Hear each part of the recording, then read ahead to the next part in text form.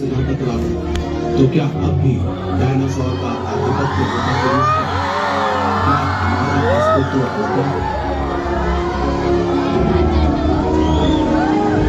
आज हमारी मौजूदगी हर जगह है और धरती पर हमारे अस्तित्व का अधिकांश हमारे नियंत्रण में है। हमने अपनी निगरानी के लिए अंतरिक्ष में उपग्रह लगाए हैं, किसी भी अघटन के खतरे से खुद को बचाने के लिए। लेकिन हम आज भी आशंकाओं की चपेट में हैं। हमें खतरा है एस्टेरॉयड से, बीच बीच में जिनकी मौजूदगी के संकेत हमें मिलते हैं।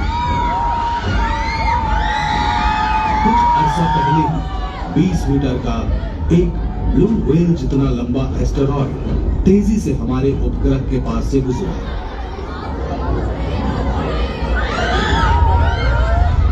रशिया के ऊपरी वायुमंडल में यह फट गया। बहुत से लोगों ने इस विस्फोट को सुना और महसूस किया।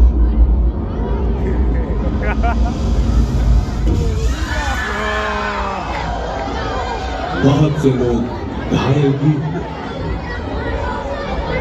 बर्फीली झील के इस छेद से उस चट्टानी टुकड़े के आकार का अंदाजा होता है जो आसमान में नहीं चला। छोटे एस्टेरॉयड भी बेहद खतरनाक हो सकते हैं, तो हम अपने बचाव के लिए क्या कर रहे हैं?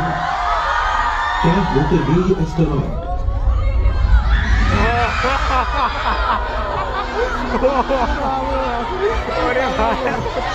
आज से 4.5 अरब साल पहले जब हमारा सौर जो चट्टानी टुकड़े किसी ग्रह या उपग्रह से जुड़ता वो सूरज के इर्द गिर्द भटकते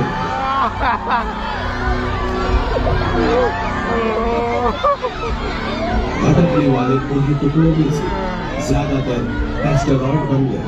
इनमें से कुछ ठोस चट्टान है और बाकी कुछ की सतह से पानी होने का प्रमाण मिला है, जो हमें हैरान करता है। क्या एस्टेरॉयड की टक्कर से धरती पर हर जीवन की शुरुआत हुई?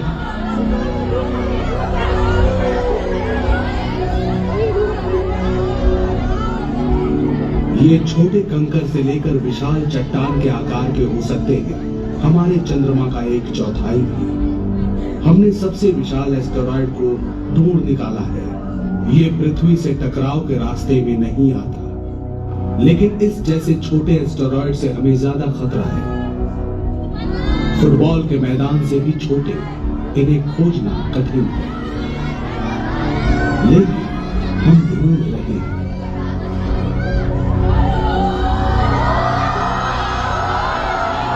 किसी भी घूमते प्रकाशित धब्बे पर एस्टेरॉयड खोजने वालों की पैनी नजर है।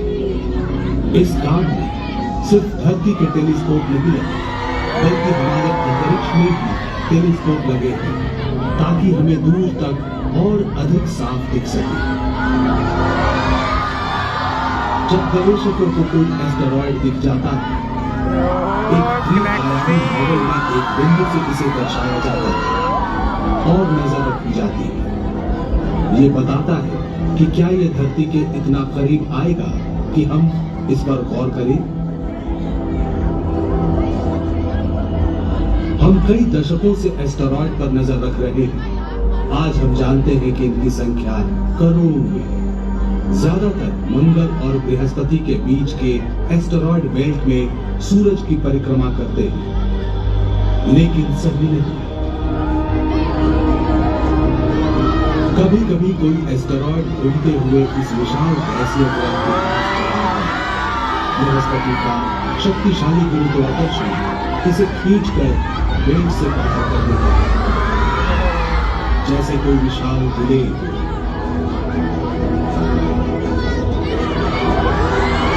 कभी कभी एस्टेरॉयड एक दूसरे से टकरा जाते हैं। हर दिशा में फैल जाते हैं चक्कर काटते चट्टानी टुकड़े।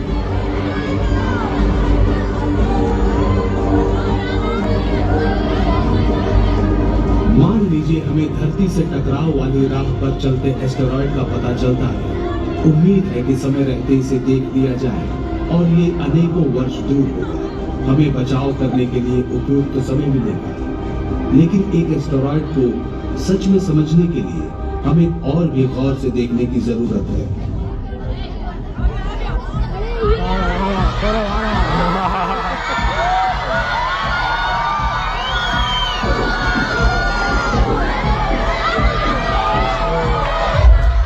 मानव रहित यान इस सफर पर निकलेंगे, सूचनाएं इकट्ठी करेंगे, पता करेंगे आकार, आकृति, घनत्व, संरचना, आंतरिक बनावट, परिक्रमण और गुरुत्वाकर्षण का विवरण। इससे हम जानेंगे कि आगे क्या करना है। सारे विचार ड्राइंग बोर्ड पर हैं। इनमें से 3 हैं। ये है इम्पैक्ट। इसे एस्टेरॉयड पर नियंत्रित और निश्चित समय पर प्रहार करने के लिए डिजाइन किया गया है।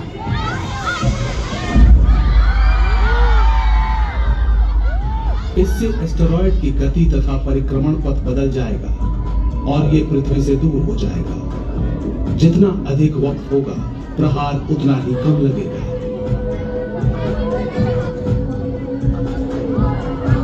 यदि कम से कम 1 दशक का समय है, हम एस्टेरॉयड के पास से बड़ा अंतरिक्ष यान उड़ाते हैं। इस यान का हल्का सा गुरुत्वाकर्षण इसे अपने मौजूदा रास्ते से हटाने के लिए काफी होगा, ताकि ये पृथ्वी से ना टकराए। और यदि सारे प्रयास असफल रहे और वक्त भी खिलाफ हो, तो एक खतरनाक उपाय ध्वंस कर देगा इसे।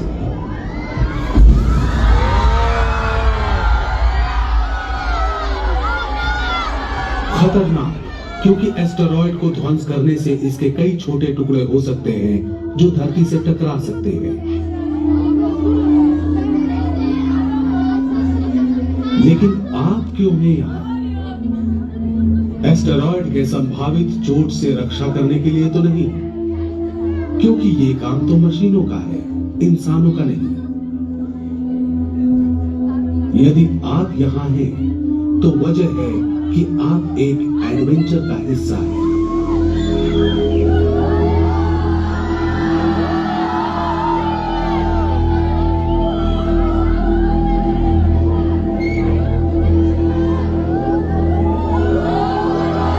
दूसरी दुनिया को जानने की हमारी आदिम जिज्ञासा रही है।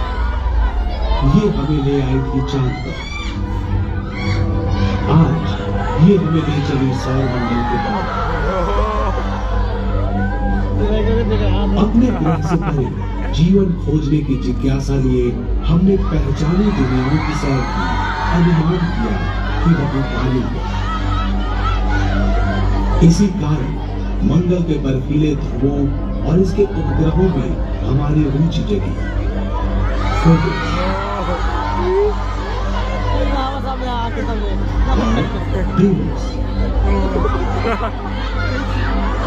सेरिस पर भी पानी होने की प्रबल संभावना है। एस्टेरॉयड बेल्ट में जो है विशाल होता है। हाल ही में हमने इसकी सतह पर कई चमकीले धब्बे खोज निकाले। माना गया कि या तो ये बर्फ है या सूखी हुई गाद।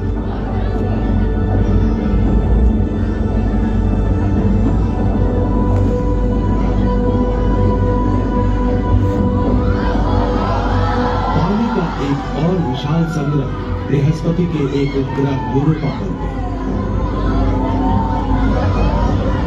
सोचा गया कि बर्फ की गहरी परतों के नीचे जमा हुआ विशाल सागर या झील है। किसे मालूम वहां कैसा जीवन बढ़ रहा है। हालांकि यूरोपा तक पहुंचने में 3 साल लग सकते हैं और मंगल तक पहुंचने में महज 7 महीने। अभी तक तो ये सफर एक तरफा है। हम वापस घर नहीं आ सकते। अंतरिक्ष में यात्रियों को भेजने के लिए बहुत सारा ईंधन चाहिए, क्योंकि पृथ्वी का गुरुत्वाकर्षण हमें वापस धरती पर खींचता है।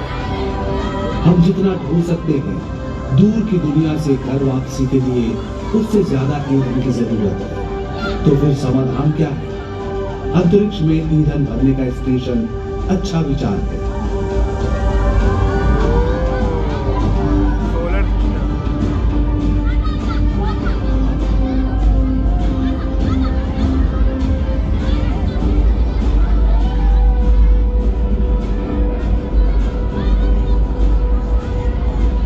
लेकिन एक ऐसे छोटे या बड़े स्टेशन के लिए भी पहले धरती से ही ईंधन ले जाना पड़ेगा।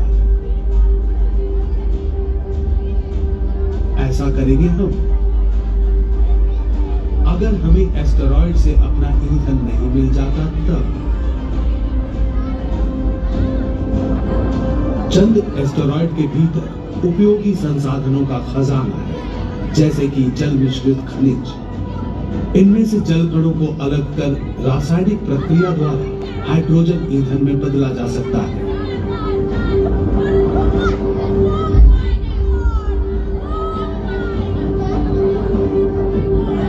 हम इनमें से सांस लेने के लिए ऑक्सीजन और पीने के लिए पानी भी निकाल सकते हैं।